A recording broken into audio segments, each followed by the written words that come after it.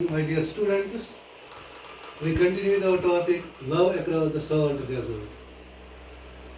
तो पहले पार्ट में हमने जो इसके इस शॉर्ट स्टोरी के राइटर हैं Love Across the Salt Desert के मैसरवांची दारूवाला उसके बारे में पढ़ा. अब हम इस दूसरे पार्ट में इस शॉर्ट स्टोरी की समरी पढ़ेंगे. पहले हम इस पार्ट में इसकी समरी उर्दू में पढ़ेंगे. तो उर्दू में आपको समझाने की कोशिश करेंगे. तो फिर तीसरे पार्ट में इसकी समरी हम इंग्लिश में आपको बयान करेंगे. तो आपको पता है कि द रन ऑफ कच्छ एक वसी और सनसनाखेज रेगिस्तान है जो हिंदुस्तान की उस सरहद का हिस्सा है जो पाकिस्तान के सिंध सूबे के साथ लगती है. इस रेगिस्तान को पार करना लगभग नामुमकिन है, मगर फिर भी कुछ लोग पाकिस्तान के साथ स्मगलिंग का चोरी छुपे डीओ पर या कारोबार करने के लिए इसको पार करने का हौसला करते रहते हैं. ये लोग अक्सर इस सरहदी खित्ते के ही रहने वाले होते हैं. तो जो कहानी है Love Across the Salt Desert जो के.एम. दारूवाला ने लिखी है, इसमें दो सच्चे और वफादार मोहब्बत करने वाले होते हैं, नजब और फातिमा. उनके मोहब्बत की कहानी इस शॉर्ट स्टोरी में बयान की गई है. हमारी इस कहानी में बहुत सारे किरदार हैं, लेकिन सबसे अहम किरदार जिसका मरकजी हैसियत हासिल है उसका नाम है नजब. पूरा नाम उसका नजब हुसैन है, तो हम उसको मकसद नजब भी कहते हैं. ये कहानी जो है ये एक हिंदुस्तानी गांव से ताल्लुक़ रखती है जो हिंदुस्तान और पाकिस्तान के सरहद के नज़दीक रन ऑफ कच्छ के साल्टी डेजर्ट जो नमकीन रेगिस्तान है उनके आखिरी हिस्से के नज़दीक है. जो ये गांव है ये पूरी तरह खुश्क हो चुका है. इसकी ज़मीन फटी हुई है क्योंकि यहाँ लगातार 3 साल तक बारिश का नामो निशान नहीं देखा गया. यानी खुश्क साली की वजह से यहाँ की ज़मीन फट चुकी है, ज़मीन बहुत खुश्क हो चुकी है क्योंकि 3 साल लगातार यहाँ कोई बारिश नहीं हुई है.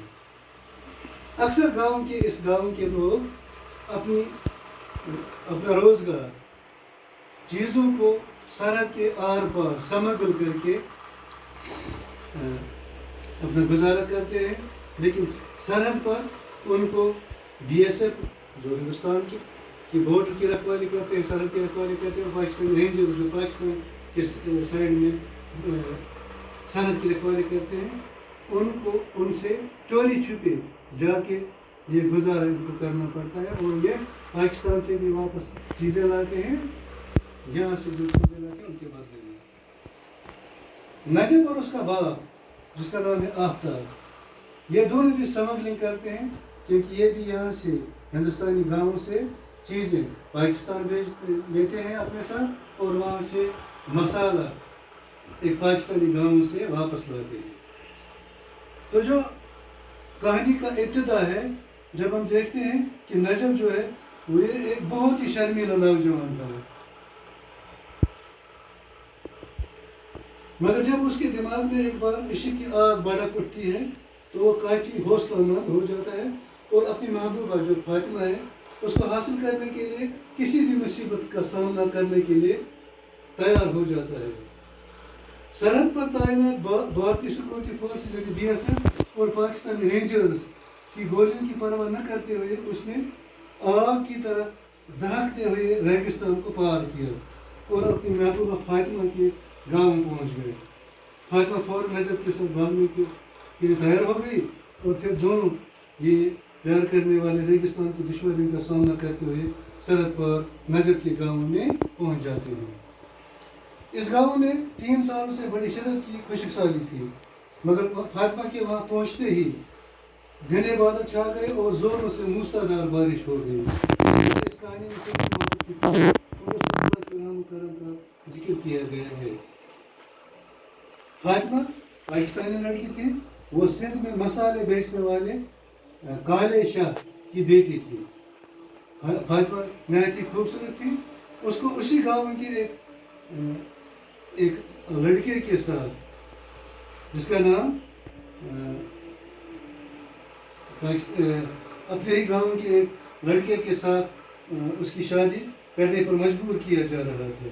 लेकिन वो लड़का इतनी बुरी तरह से हकलाता था कि गाँव के लड़के उसका मजाक उड़ाया करते थे। फातिमा एक 20 साल नौजवान नजब को दिल दे बैठी जब वो अपने बाप के साथ हिंदुस्तानी गाँव से सब चोरी छुपे सरहद पार करके इस पाकिस्तानी गाँव में जाता है। और फातिमा अब हमेशा उसके ख्वाब देखा करती थी। नजब आफ्ताब का बेटा था और आफ्ताब गैर कानूनी ढंग से बेटी और लोगों की तिजारत किया करते थे। वो उन मुलाजिमों से जो सरहद के उस पर बीजी और लोगों की बिक्री का इंतजाम करते थे और उसे वहाँ से टर्लिन के कपड़ों और मसालों की सामग्री में मदद देते थे। वो पैसा दिया करता था। आफ्ताब और उसके बेटे नजब के पास एक ऊँट था जिसे वो अल्लाह रखा के नाम से पुकारते थे। नेज़ उनका ताल्लुक खावड़ा गाँव से था। उनका ताल्लुक खावड़ा गाँव से था, यानी वो खावड़ा गाँव में हिंदुस्तान में रहते थे। नजब ने रन यानी रेगिस्तान को पहले 4 दफ़ा पार किया था। हर बार या वो अपने बाप के साथ होता या एक बूढ़े स्मगलर के साथ, जिसका नाम जमान था, के साथ होता, जिसका नाम जमान था। जमान ने रेंजर्स यानी पाकिस्तानी सरहदी फौज जो है उनके साथ ताल्लुकात बना रखे थे। वो रेंजर उसको कुछ पैसे देता था और वो उसे सरहद पार करने की इजाज़त देते थे। कोई भी जमान के बगैर सरहद पार नहीं कर सकता था। ये इन चक्रों के दौरान की बात है कि एक बार नजब सिंध में काले शाह के घर ठहरा था। काले शाह की बेटी खूबसूरती की मिसाल थी। नजब फातिमा की मोहब्बत में गिरफ्तार हो गए। ये पहली मुलाकात में ही मोहब्बत की मिसाल थी। सिंध छोड़ने से पहले नजब ने फातिमा से वादा किया कि वो दोबारा आएगा और उसे साथ ले जाएगा। फातिमा ने छुट्टी साथ ली थी, जिसका मतलब उसकी रजामंदी थी। सिंध से वापसी पर नजब ने अपनी माँ को फातिमा से किए वादे के बारे में बताया। नजब की माँ कुछ पहले हिचकिचाई, पहले उसने इनकार किया, लेकिन फिर थोड़ी देर की कोशिश के बाद उसकी माँ राज़ी हो गई और उसने अपने सोने का कंगन नजब को दिया।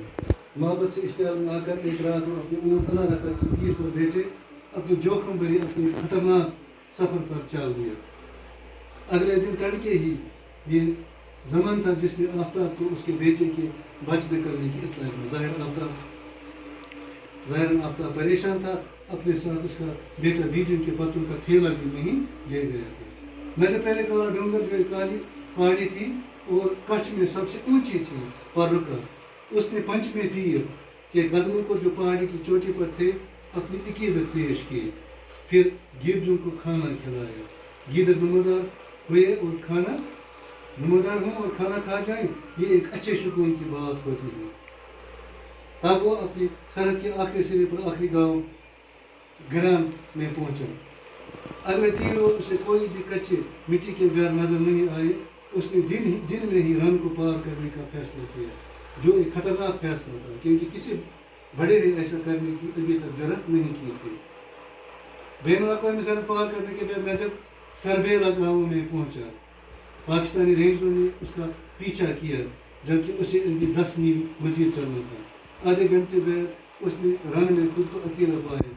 उसे डर था कि कहीं उसका ऊँट थकान से मार न जाए, लिहाजा वो ऊँट से नीचे उतरा और उसके साथ पैदल चलने लगा। बड़ी बहादुरी से उसने सभी मुश्किलात का और ख़तरों का मुकाबला किया और आखिरकार जब रात हो गई वो फातिमा के घर की तरफ चल पड़ा। 1 घंटे के अंदर वो फातिमा के दरवाजे पर था। जो उसने उसका नाम पुकारा, वो खुशी से फूली न समाई और दरवाज़ा खोल दिया। अगले दिन इलाके के गश्ती सिपाही ने काली शाह का दरवाज़ा खटखटाया। उसने शाह को बताया कि एक स्मगलर ने रन को पार किया है। फिर उससे पूछा कि क्या वो उस स्मगलर के बारे में कुछ जानता है। काले शाह के यकीन दिलाने पर कि कोई नावाकिफ उसके घर में नहीं घुसा है, गश्ती सिपाही चला गया। جب فاطمہ نے اپنے والد کو نجب کی گھر میں موجودگی کے بارے میں بتایا تو وہ بہت خوف زدہ ہو گیا. اس نے نجب کو بتایا کہ جس ڈھنگ سے وہ آیا ہے اس سے وہ خوش نہیں. نجب ویسے ہی اپنے منصوبے کے مطابق حرکت پذیر تھا. اس نے کالے شاہ کو سونے کا کنگن دکھایا کہ وہ سونا دے کر لونگ خریدے گا.